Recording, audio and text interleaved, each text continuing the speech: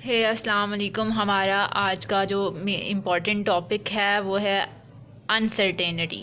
Uncertainty हर चीज़ में हो सकती है। आर्टिफिशियल इंटेलिजेंस में अनसर्टेनिटी बहुत ज़्यादा होती है क्योंकि हमें नहीं पता होता कि भाई एग्जैक्ट आंसर क्या होगा। अब हमें नहीं पता कि इस दफ़ा पाकिस्तान वर्ल्ड कप जीतेगा या नहीं जीतेगा, या वर्ल्ड वॉर 3 होगी या नहीं होगी, हमें नहीं पता। अब एग्ज़ाम्पल्स देते हैं। भाई एक हमारे ना सेल्फ ड्राइविंग कार्स हैं, ठीक है।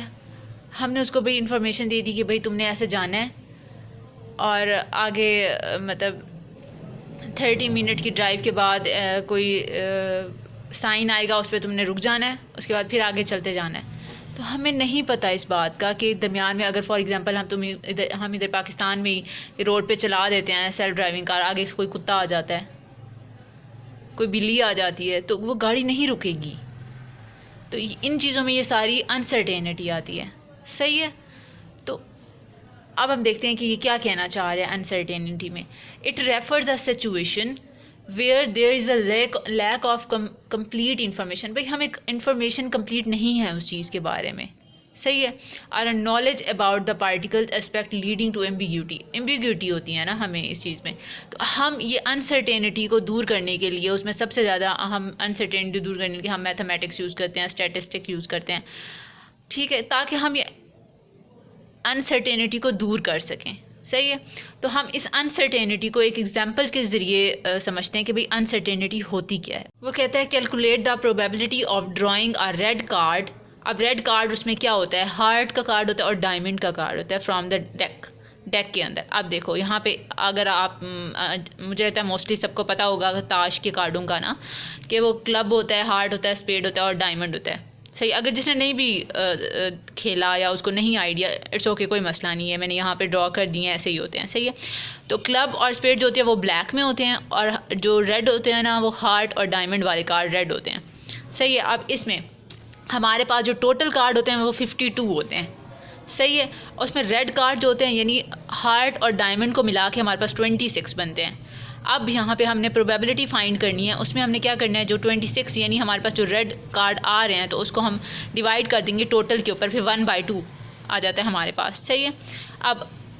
अब ये तो हमारे पास सिंपल प्रोबेबिलिटी आ गई ना कि भाई हमारे पास हमने फाइंड करना था कि भाई रेड कार्ड कितने हैं हमारे पास, सही है। अब प्रोबेबिलिटी निकालनी थी कि अगर हम दोबारा हमने ये फाइंड कर लिया, अब ये तो सिंपल प्रोबेबिलिटी आ गई ना भाई, टोटल के ऊपर मैंने हार्ट वाले कार्ड जो थे ना हमने उनको डिवाइड कर दिया और 1/2 आ गया, सही है। अब कंडीशनल प्रोबेबिलिटी देखते हैं कि भाई कंडीशनल प्रोबेबिलिटी क्या होती है कि भाई हम प्रोबेबिलिटी के अंदर कोई कंडीशन देते हैं।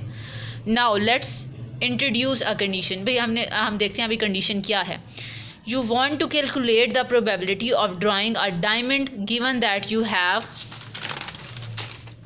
Have already draw a red card, सही है। हमने रेड, अब हमारे पास अब इवेंट्स कौन सा है, अब 2 इवेंट्स आ गए हैं। Let's represent 2 events.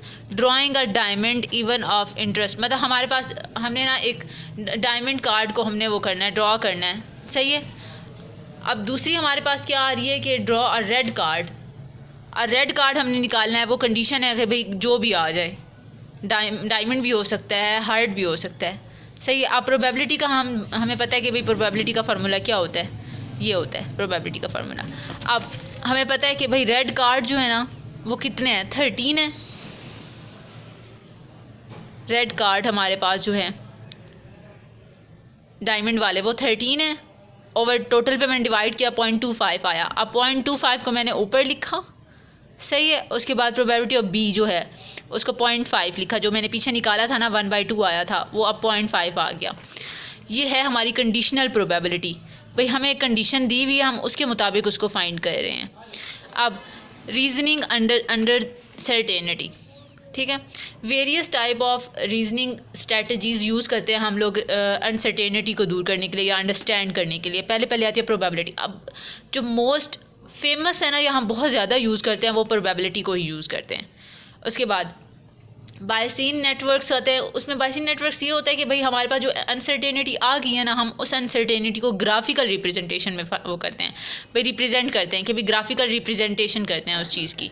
उसके बाद डिसीजन हमारे पास थ्योरी आ जाती है, मोंटी कार्लो मेथड आ जाता है, फजीक लॉजिक आ जाती है, क्वालिटेटिव रीजनिंग आ जाती है। ये सारे हमारे पास स्ट्रेटजीज़ हैं जो हम यूज़ करते हैं अनसर्टेनिटी को दूर करने के लिए आर्टिफिशियल इंटेलिजेंस में। Okay, thank you.